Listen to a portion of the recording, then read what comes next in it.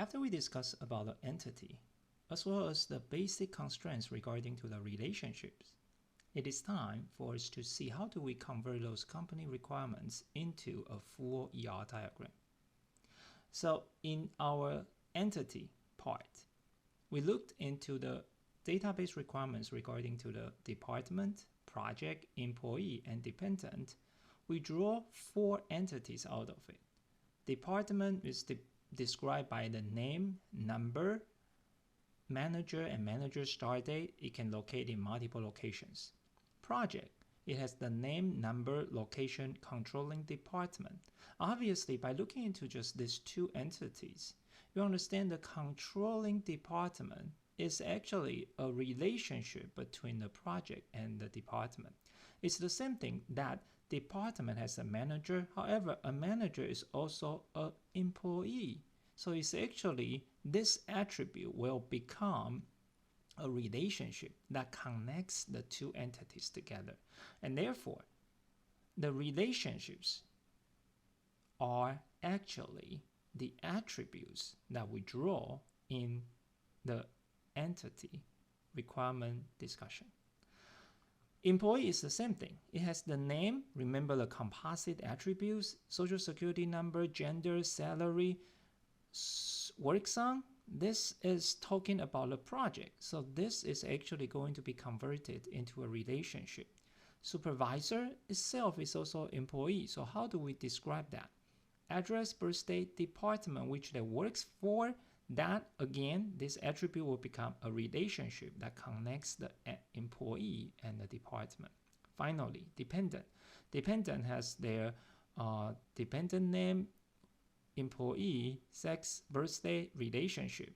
So the employee is actually talking about who does this dependent depends on. And therefore, you can see that in this slide, we talked about how do we really convert the attributes into the relationships so that we can have a full ER diagram looks like this. I underline 4 attributes on the left side, indicating that these are the 4 basic relationships that we already have learned, and let's see how do we convert those. Starting with the department from the manager attribute, this we know is actually a relationship that connects the department as well as the employee. So in our employee, we actually connect with each other with a relationship goes to the department. Based on our descriptions, we understand that not every employee, so we use a single line, controls one department. However, every department control has to be managed by one employee. So we have a double line here and a single line here. You may notice that this is an interesting part. The start date, which describes who is the manager start date that comes from this attribute, goes with the relationship. This can be further understood by when we were talking about the department, we described that manager and manager start date is better to be combined together as a composite attribute coming from a manager information. If we don't do this that way, it's totally fine, but you would need to understand manager start date comes with the manager. So it's actually an attribute describing this relationship. And yes, relationship can have attributes as well. You will see that in the works on part. Now, if we look into the project, you have a controlling department indicating that which department controls the project. That converts in here. And you can notice that once we convert that, the project does not have that attribute anymore because that attribute has been evoluted into a relationship. So you can see the project now has only name, number, location. Both 2 of the items are underlined, indicating this. Both of them can be a good candidate key. When we try to connect department as well as the project through a relationship, it is time for us to think about those constraints. So you can see that in this design, department maybe controls several projects here. This implies that not every department need to have project. Of course, if you don't think that's the case or the reality is not the case, you put double lines over this relationship, that would say every department needs to have some projects.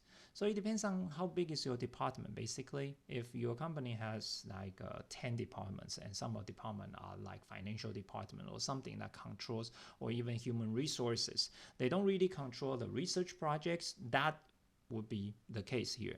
Of course, if the company has only like 3 departments, each department has some important projects, then we probably need to put double lines over there.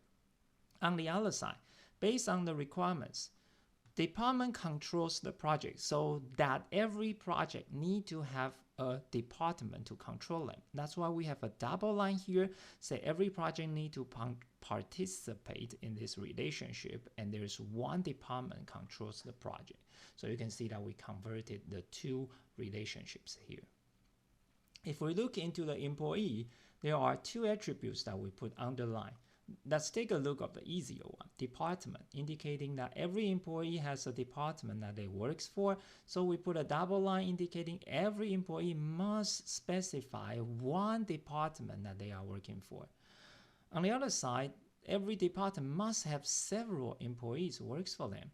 And that's why we have to have the double line over here. Finally, works on, which talks about what projects they're working on and how many hours they've been spending on that project.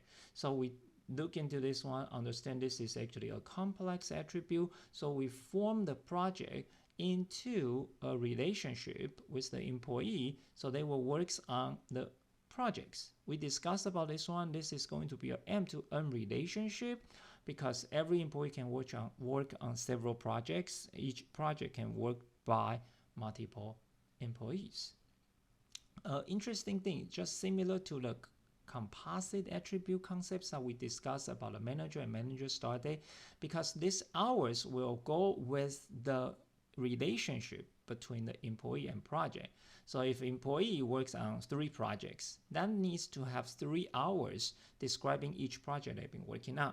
And therefore, it is the best way to describing the attributes on this relationship. So in this ER diagram, we have actually looked into the majority of the ER diagrams already. If you understand this, we actually look into the whole parts on this right-hand side of all the informations already. Of course, we have 2 more special relationships that we need to dig into. Let's take a look at that. Recursive relationship, indicating that it is a relationship that involving the same entity. So in some cases, the same entity type participate more than once in a relationship type in different roles. So think about this. In our supervisor, every employee has a supervisor, or every employee have some supervisors who describe them. In this case, a supervisor is also an employee, so that forms a recursive relationship here. This is an interesting descriptions that we can see. On top of it, we talked about the schema. Remember, employee and supervision has a relationship with the employee itself. Originally, when we're talking about a schema, we have an entity, relationship, another entity. But because the entity is themselves, so we actually try to understand this. This is an employee has a supervision relationship with the employee.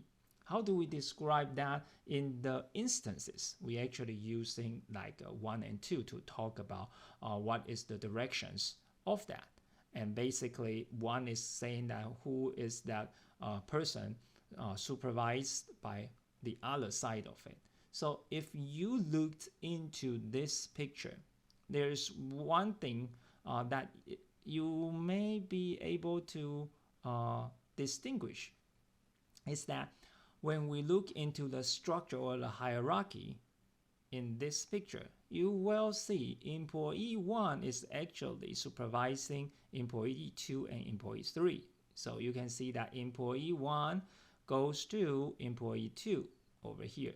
Employee 1 goes to employee number 3 over here. And the same thing, employee 4 is supervising 6 and 7. And if you understand it correctly, employee 5 is actually the boss. And one more interesting thing is this. There is no one supervising employee number 5. That's some details we want to discuss in the representation of the recursive relationship. So let's take a look at this one. Employee has an attribute called supervisor. So in this description, because of this attribute, we will need to convert this attribute into a recursive relationship here. So to note this relationship correctly in every single detailed way, take a look of this representation. Employee has a recursive relationship called supervision. So employee is a supervisor of multiple supervisee over here. Since not every employee is a supervisor, so this is a single line over here. If we look into the other direction, employee has one supervisor, goes back over here. Think about this. Why did I put a single line over here? That indicates some employee does not have a supervisor. So if you go back to the previous slide, you understand because we have an employee number 5 that does not have any supervisor. That's why we put a single line over here. Of course, if we want to put a double line to represent a more complete idea, saying that everyone needs to have their supervisor, that would end up employee number 5 will supervise employee number 5 himself. If we make that choice, then we can put a double line on this side of the recursive relationship. Finally, we have only one thing left. And of course, this one looks totally different from all other relationships because this one has a double diamond and a double rectangular, talking about a dependent. So what does that mean? Let's take a look at this. Weak entity type. This represents the idea of the weak entity. Consider entity type of dependent related to the employee. They are only relevant to the company because of the dependent. Okay? They are identified as distinct entities only after determining the particular employee entity to which dependent is related. Think about this. If this employee get fired, then their dependent is not relevant to the company anymore. That is the important idea of the weak entity. So weak entity type normally has a partial key, which is the set of attributes that can uniquely identify weak entities that we are related to the same owner entity, such as children number 1, children number 2, children number 3, that's connected to the employee they are looking at. That is a very special concept of the weak entity here. In ER diagram, both weak entity type and its identifying relationships are distinguished by surrounding their box and diamonds with double lines. The partial key attribute is underlined as a dashed line. So you can see that in the figure, because dependent has to depending on an entity here. So we double rectangular or double box the dependent attribute, indicating that this is a weak entity. The key to a weak entity is under dash line. So if you draw a double box over here, their key will have a dash line underline of their key attribute, which is what we call their partial key. Besides, weak entity may have multiple relationships, but we have to identify that this, since I say this is a weak entity, which one is their identifying entity? So we use only one double diamond indicating that dependent belongs to the employee. So think about this. If I have an insurance agency entity over here, it will have another relationship with the dependent. It will also have the relationship with the employee. But that diamond will be regular diamond. you will only have one double diamond for the weak entity, indicating that which one they belongs to. Again, this is a very important concept because when you are looking at the dependent, they only exist because of the employee. So if we fire the employee, the dependent in the database no longer important to our database. If we looked into that concept, thinking about this, if I fire someone, the department they are associated with is still there. The same thing about the project. If we fire someone or someone left the job, the project is still existing in the database. We are not going to kill the project because the person are left. So this is a very important concept to understand the difference between the weak entity as well as the regular entities. Some other real life example you can think about. If we're looking at some athletes information using NBA, National Basketball Association as an example, the players' statistics. Thinking every player have some interesting statistics. What's their field goal rate, what's their average number of rebounds. So those are the things associated with the player. If the player no longer plays in NBA, those information are not going to be important anymore.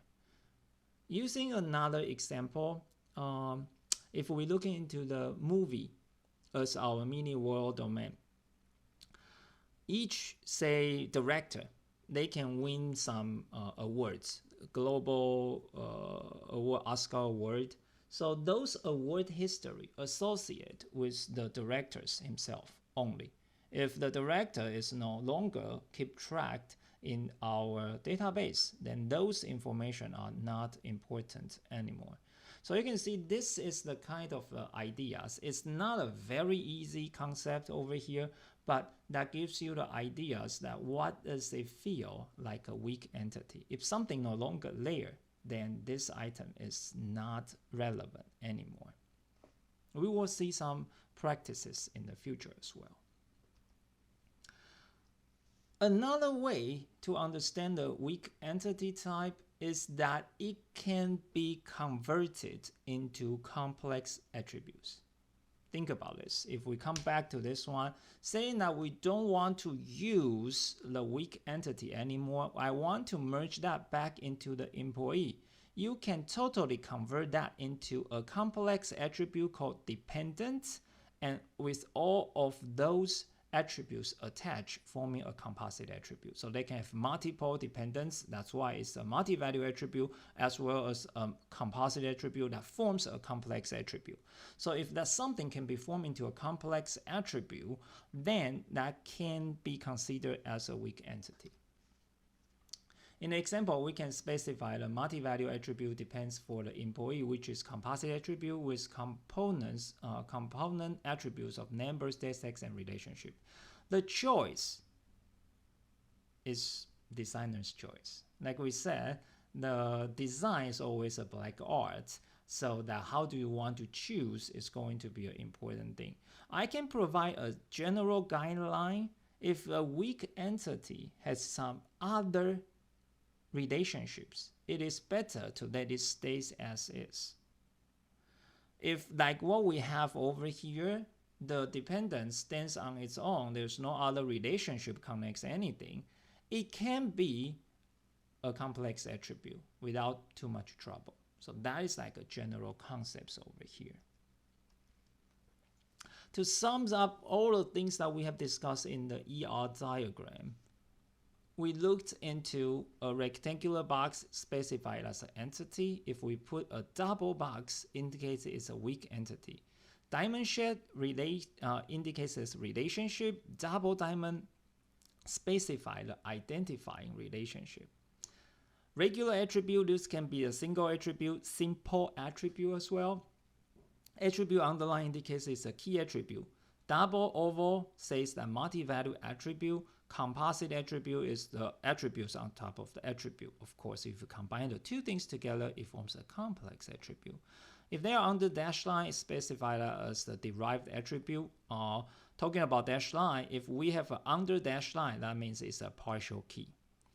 Relationships specify in two different things. One is about the total and partial constraint. The other one is about the cardinal ratio. So this sums up all the things that we have discussed in the ER diagram. So let's do a practice.